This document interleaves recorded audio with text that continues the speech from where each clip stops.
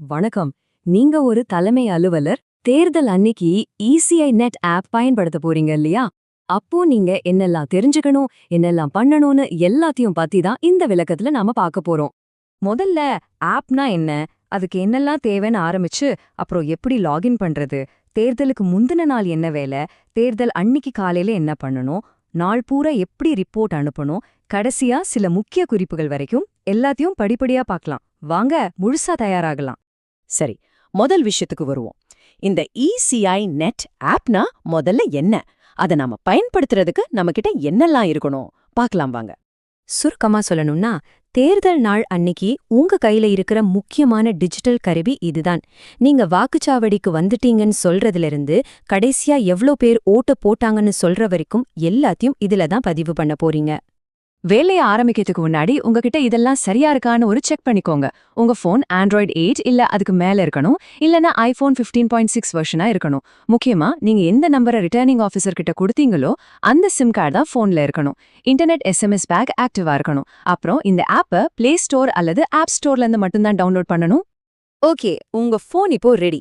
அடுத்து நாம செய்ய வேண்டியது ஆப்குள்ள லாகின் பண்ணி நம்ம விவரங்கள் எல்லாம் கரெக்டா இருக்கான்னு செக் பண்றது. இதுதான் முதல் மற்றும் முக்கியமான படி. இது ரொம்பவே சுலபம்தான். முதல்ல ஆப்பை ஓபன் பண்ணுங்க. ஆஃபீஸர்ஸ் லாகின்னு இருக்கும், அதை கிளிக் பண்ணுங்க. அப்புறம் கண்டக்ட் ஆஃப் எலெக்ஷன், அதுக்கடுத்து ப்ரிசைடிங் ஆஃபீஸர்னு செலக்ட் பண்ணுங்க.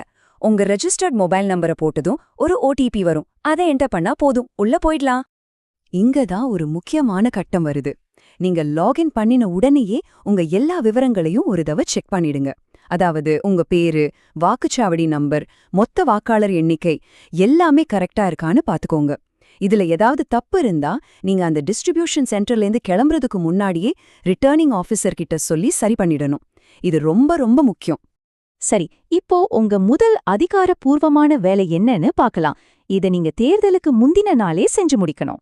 நீங்க உங்க டீமோட வாக்குச்சாவடிக்கு போன உடனே ஆப்ல ஒரு ஊதா கலர் பட்டன் இருக்கும், போலிங் பார்ட்டி அரைவ்ட் ஸ்டேட்டஸ் அப்படின்னு. அதை தட்டி எஸ், நான் வாக்குச்சாவடிக்கு வந்துட்டேன் அப்படிங்கறத கன்ஃபார்ம் பண்ணிடணும். இது கட்டாயம் செய்ய வேண்டிய அப்டேட். இப்போ தேர்தல் நாள் காலை. வாக்குப்பதிவை அதிகாரப்பூர்வமா ஆரம்பிக்கிறதுக்கு இந்த ஆப்ல 2 முக்கியமான வேலைகளை நாம செய்யணும். காலையில முதல்ல மஞ்சள் நிற பட்டனை அழுத்தி மாக் போல் ஸ்டார்ட் பண்ணணும். மாக் போல் முடிஞ்சதும் எத்தனை ஏஜென்ட் இருந்தாங்கன்ற எண்ணிக்கையை பதிவு பண்ணணும். கடைசியா இளஞ்சிவப்பு நிற பட்டனான போல் ஸ்டார்ட் பட்டனை அழுத்தி உண்மையான வாக்குப்பதிவை ஆரம்பிக்கணும். இந்த வரிசையில சரியா செய்யறது ரொம்ப முக்கியம். வாக்குப்பதிவு ஆரம்பிச்சதுக்கு அப்புறம் உங்க முக்கியமான வேலை என்னன்னா, குறிப்பிட்ட நேரத்துக்கு ஒரு தடவை எவ்ளோ பேர் ஓட்டு போட்டிருக்காங்கன்னு அப்டேட் பண்றதுதான். நீங்க எந்தெந்த நேரத்துல ரிப்போர்ட் பண்ணணும்னு இங்க கொடுத்திருக்கு பாருங்க. காலையில 9 மணி, 11 மணி, மதியம் 1 மணி, 3 மணி, அப்புறம் மாலை 5 மணி. இந்த 5 தடவையும் நீங்க கட்டாயமா எவ்ளோ வாக்குகள் பதிவாகியிருக்குன்னு அப்டேட் பண்ணணும். இப்போ ஒரு முக்கியமான விஷயத்த மனசுல வச்சுக்கோங்க. நீங்க ஆப்ல என்டர் பண்ற ஒவ்வொரு நம்பரும் நீங்க கையால எழுதுற ஃபார்ம் 17C இருக்கிற நம்பரோட 100க்கு 100 சரியா இருக்கணும். ஒரு நம்பர் கூட மாறக்கூடாது.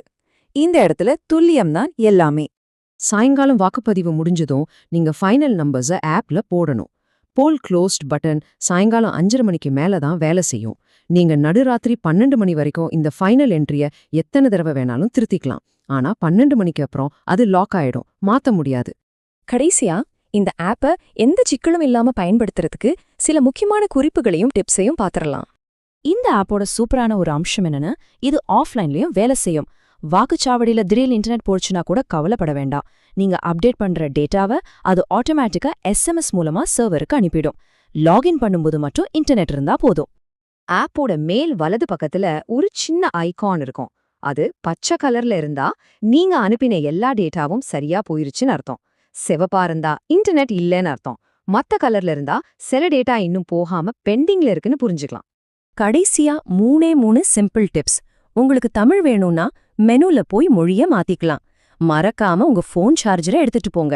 கூடவே ஒரு பவர் பேங்க் இருந்தா ரொம்ப ரொம்ப நல்லது. பேட்டரி தீந்து போச்சுன்னா எந்த வேலையும் நடக்காது. இந்த எளிமையான ஆப்பை சரியா பயன்படுத்துறதன் மூலமா நீங்க வெறும் டேட்டாவை மட்டும் பதிவு பண்ணல, ஒரு நேர்மையான வெளிப்படையான தேர்தல் நடக்கிறதுக்கு நீங்க தான் அடித்தளமா இருக்கீங்க. உங்க பங்கு எவ்வளவு முக்கியம்னு இப்ப புரியுதா? நீங்க தயார் தானே?